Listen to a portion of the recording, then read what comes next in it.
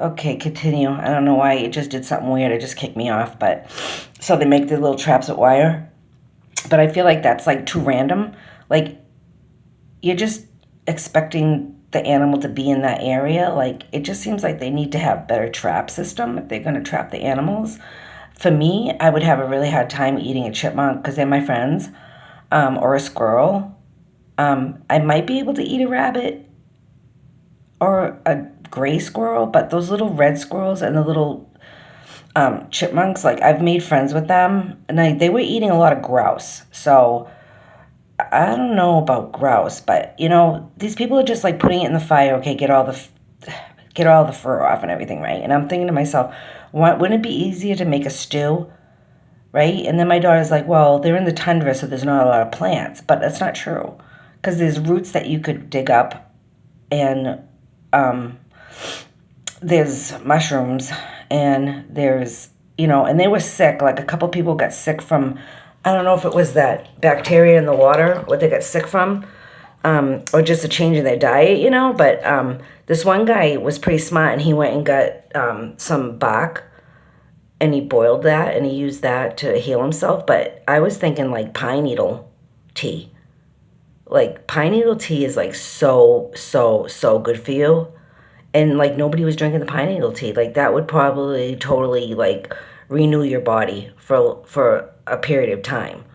So anyways, we're watching this show, and I'm like, I don't know. This woman spent so much time building this big hut, and she named it, what the hell did she name it? I don't know. It was really, really, I think she had like one of the best huts, shelters. Okay, the thing is, the guys were smart because they built a cooking oven right into this shelter. You have to have a cooking oven. If you're going to survive the winter, you have to have a place to be able to cook without it smoking you out and, killing you with the smoke.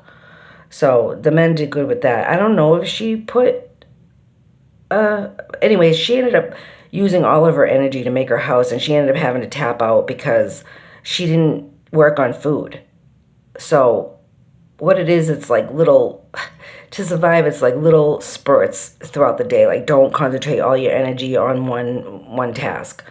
So maybe like work on your food in the morning, get something sustainable in your body that will help you maintain your, and learn about plants, because I'm telling you, a lot of these people that were doing this challenge, they didn't know I mean, some people were eating the lichen, but there was so much more around that they could have done.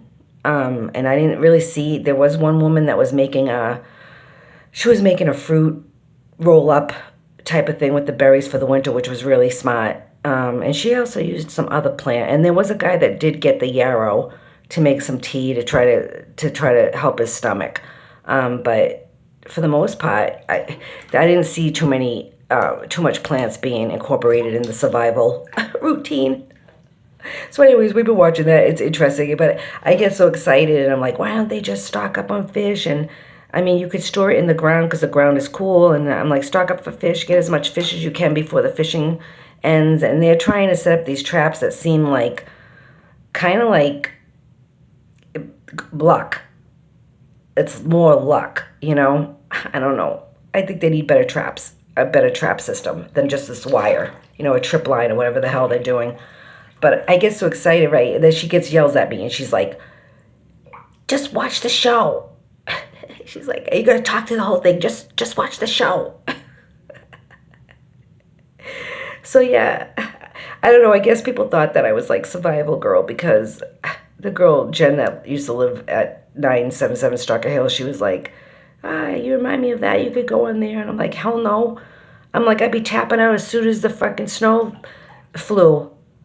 You can't, once the snow flies, you screw. If you haven't got enough supplies to last the winter, if your shelter's not going to sustain the weight of the snow, these people don't understand, like 36 inches of snow, whatever the hell they were saying.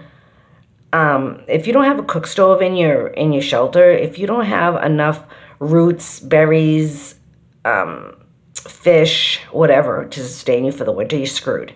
Okay, you're totally screwed. So the winter part, we haven't watched that, but the winter part should be interesting. Okay, bye.